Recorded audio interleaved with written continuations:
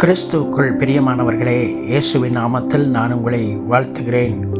ஏசாயா தீர்க்கதரிசன புஸ்தகம் 46வது அதிகாரம் 4வது வசனத்தை பார்க்கின்ற பொழுது, இனிமேலும் நான் ஏந்துவேன், நான் சுமப்பேன், தப்புவிப்பேன் என்று ஆண்டவராகிய கர்த்தர் சொல்லுகின்ற வார்த்தைகளை பார்க்கின்றோம்.